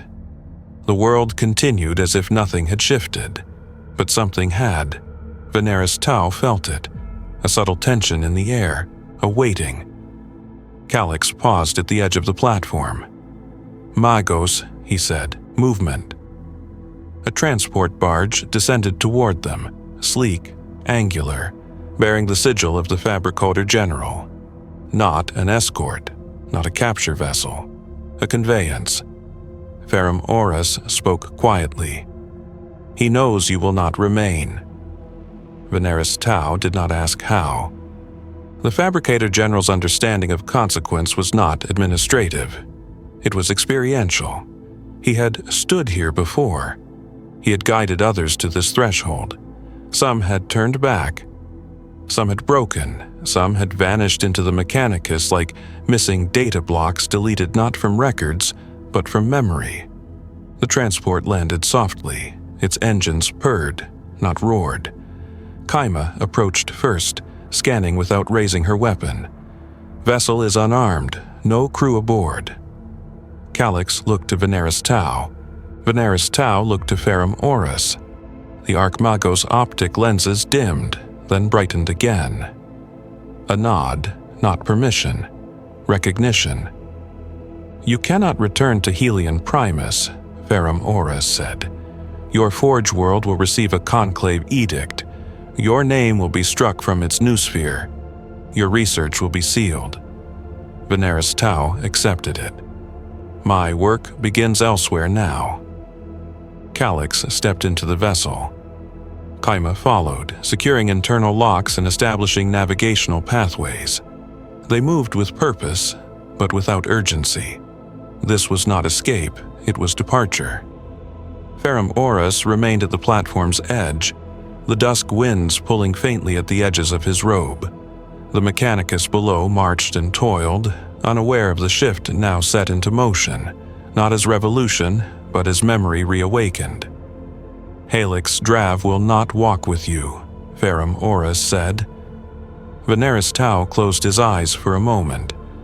Helix Drav's absence had weight, not grief, not regret, continuity. The one who began the memory could not be the one to carry it forward. "He knew," Veneris Tau said softly, "from the moment we touched the vault gates." Ferrum Orus inclined his head. "He always knew." The red horizon darkened further. Night on Mars was not black, but deep rust and ember, a color of memory that clung to everything. Ferrum Orus turned to leave, his frame shifting beneath him with the quiet, mechanical grace of someone who bore the weight of both knowledge and consequence. He paused only once, speaking without looking back. Magos Veneris Tau. Veneris Tau waited. You are not a heretic. The words did not comfort. They clarified. Ferrum Oris continued. But you will be called one, and you must not waste time correcting them. Veneris Tau bowed his head. Understanding is not something one argues, he said. Ferrum Oris finished the thought for him. It is something one lives. The Archmagos walked away, swallowed by shadows and forgefire haze. Veneris Tau boarded the vessel. The ramp sealed. The engines ignited, not in roar, but in a steady, measured ascent. The vessel lifted from the platform, rising through the reddish haze, past spires and vents, past the planetary shield lattice, past the glow of plasma furnaces firing into the night. Calyx stood at the helm. Kima mapped a course. Veneris Tau sat before the device, hands resting on either side of it, not holding, not guarding, simply present. The world of Mars fell away behind them. They did not know where they would go. They did not need to. The next step would not be guided by doctrine. It would be guided by comprehension. The vessel crossed into void. The stars opened, and the device pulsed once, not as reminder, as beginning. The void accepted the vessel with seamless indifference. Stars stretched into lines before settling into fixed points again as the ship transitioned to its faster-than-light corridor, guided by the faint psychic beacon of the Astronomicon. The engines thrummed softly, as if mindful not to disturb the silence that had formed among those aboard. Silence not of fear nor of uncertainty. Reflection. Calyx stood at the navigation console, his posture steady, his breathing slow. There had been a time when his mind ran in bullet patterns, each thought a function of objective and strategy, each second of existence shaped by doctrine. Now his thinking was layered, not chaotic but vast. Awareness had unfolded inward, not outward. His weapon no longer defined him. It simply accompanied him. Kima sat beside him, but she was not monitoring instruments. Her gaze was fixed on the starfield beyond the reinforced view slit. Her eyes glowed faintly, not with active targeting, but with something quieter. Recognition, perhaps, or memory, or simply thought unbounded by command. The neural patterns that once dictated conditional obedience now lay uncoiled, not severed. A choice had taken residence where instruction once lived. In the central hold, Veneris Tau remained seated before the device, not examining, not controlling, listening. The hum of the machine had quieted almost to stillness. Presence, not instruction. A companion that did not intrude. He did not ask it questions. To question is to assume separation. The device did not offer answers. To answer is to assume authority. Understanding was not given or taken. It was shared. Ferrum Oris had said that clarity was responsibility. Veneris Tau now understood the deeper truth.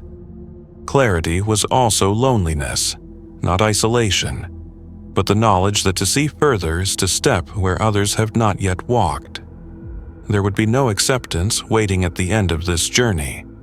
No forge world welcoming them home. No choir of tech priests acknowledging a revelation long buried. Even if the Mechanicus could be shown the truth, without fear, doctrine was not merely belief, it was identity. To challenge doctrine is to challenge self, and most would rather burn the world than surrender identity. He opened his eyes. The device pulsed once, faint, steady, patient. Calyx spoke without turning. Destination? It was not a request for coordinates, it was a question of intent. Kima waited as well, not passive, but attentive. The ship would not move until Veneris Tau chose to move. This was no longer hierarchy, this was alignment. Veneris Tau rose. The movement felt lighter than before, as if something of weight had been left behind in the chamber deep beneath Mars. He crossed the hold and stood beside the navigation console. "There are places in the Imperium where the Mechanicus refuses to tread," he said. "Worlds where the past has not been buried. Stations where silence survived the age of strife. Ruins untouched not because they are dangerous, but because we feared what they would remind us of." Kaima nodded once. She had fought on such worlds. She had burned them on command. Calix's voice was quiet. "You know where to go." "Yes," Veneris Tau said. He did not need a data slate or a memory archive. The knowledge did not come from records, it came from continuity. "Designation, Kairos Delta 9, he said. Kima's optics flickered. "A dead research colony," Calix added. "Declared irrecoverable during the Nova Rebellions. Sealed under Mechanicus quarantine code." Veneris Tau placed his hand on the console. It was sealed because what was left there could not be classified. Calix set a course. Not precise, not rigid. The path would form as they traveled. Some destinations cannot be plotted, they must be approached. Kima transmitted the ship's identification signature into silence. No signal sent, no trace left. They did not travel as fugitives. They traveled as those who carried something that must not be found too soon. The vessel turned gracefully in the void. The stars shifted. The hum of the engines deepened. Veneris Tau returned to the device and sat once more. He felt Calix settle into readiness. He felt Kaima dissolve into quiet watchfulness. He felt the device pulse again, slow, steady, alive. They were not running. They were not hiding. They were searching. For the first time in 10,000 years, the Mechanicus was moving toward something. Not to preserve, not to archive, not to fear, to learn. The stars opened before them, endless and unbroken. The journey continued. The ship traveled in silence for days, measured only by the slow, unbroken cycle of the vessel's life support systems. Time behaved differently in the void. It stretched rather than passed. The crew did not sleep in the old way. They entered maintenance rest cycles that allowed consciousness to settle without dimming. Thoughts became less linear. Memory and perception began to fold into one another like interlocking gears. Calix spent hours standing, at the forward viewport, not as sentinel nor guard, but as witness. He watched the stars drift and correct and reposition. In those movements, he recognized patterns. Not maps, not constellations, but rhythms. He understood why ancient humans looked upward and saw destiny instead of emptiness. Kaima sat cross-legged near the device, not touching it, but present. Her rifle remained beside her, upright, grounded against the deck. A soldier's posture. But she did not watch doors or tactical angles. She listened. Not for sound, for coherence. The quiet inside her was not emptiness. It was room. Veneris Tau observed both of them without interference. The change had not been transformation, it had been removal. Layers of conditioning peeled back to reveal intention that had always existed beneath. Skitarii were not built to choose. And yet choice now lived inside them like a steady flame that did not flicker. The device pulsed once. Kairos Delta 9 appeared ahead. A dead research world, no lights, no orbital traffic, no vox beacons, no hum of manufactoria. Only silence and structures half buried by time and dust, like bones of a creature whose name no one remembered. The vessel descended. The landing was soft, gentle, no alarms, no defensive turrets. The world had not been abandoned violently. It had simply been forgotten. The surface was pale ash gray, wind-etched. Ruins jutted out like exposed vertebrae. The architecture did not match any current Mechanicus template. Angles too clean, design too elegant. No ostentation, only purpose. Calix stepped first onto the surface. His boots sank slightly into the dust, and he could feel the age beneath him.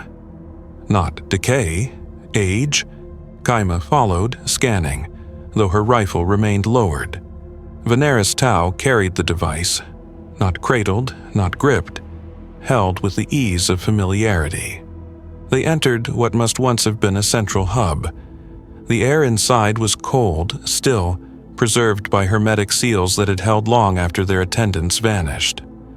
The walls bore no symbols of worship, only diagrams, flow patterns, energy harmonics. Notes left not as doctrine, but as communication. The device pulsed again, the chambers responded. Lights flickered alive, not full illumination, but recognition. Systems that had not run in centuries awoke without strain. This place had not died. It had waited. Calix and Kaima stood still as the air pressure equalized around them, the faint hum of systems reawakening, traveling like a whisper along the walls. Veneris Tau felt it, like hands of memory on his shoulders. Here, once, humanity learned without fear. Here, once, knowledge did not demand obedience. Here, the machine, God was not worshipped, he was understood. The device warmed, its surface brightening until the etched lines glowed with a soft, golden-white luminescence. The light did not illuminate the room, it changed it. Shadows softened, outlines blurred, depth became gentle. And then, something stirred. Not voice, not presence, recognition. A memory so old it had no owner. They felt it rather than perceived it. Humanity, standing at the edge of a horizon so vast it made war feel like a child's argument. The moment before the fall, the moment before fear, the moment before forgetting, and the understanding that the fall had not been punishment. It had been choice. Kima's breath trembled. Calix's jaw tightened. Veneris Tau felt his own pulse slow to match the rhythm of the device. The memory withdrew, not taking anything, leaving something quiet, something simple. A question, not asked in words, not asked by the machine, asked by the world. What will you do? Veneris Tau answered by placing the device on a pedestal that had been waiting for it longer than recorded history. Not surrender, not finality, continuity. Calix placed his hand upon his chest. Not salute, not oath, but recognition of self. Kaima bowed her head, not submission, but acknowledgement. The device settled. Its light dimmed, its hum continued, not as beacon, as foundation. No revelation followed, no apotheosis, no rupture, no ascension, just quiet. A quiet that will spread, not by force, nor decree, nor doctrine, but by memory. Carried in those who understand that the Mechanicus is not meant only to worship. It is meant to become. Veneris Tau turned to Calix and Kaima. "We do not teach," he said. "We remember. And then we live." Calix nodded once. Kaima answered softly. "We begin." Outside, the stars did not change. The Imperium did not tremble. Mars did not burn. No wars erupted, no doctrines shattered, because change does not begin with fire. It begins in silence, where memory wakes and waits and grows. And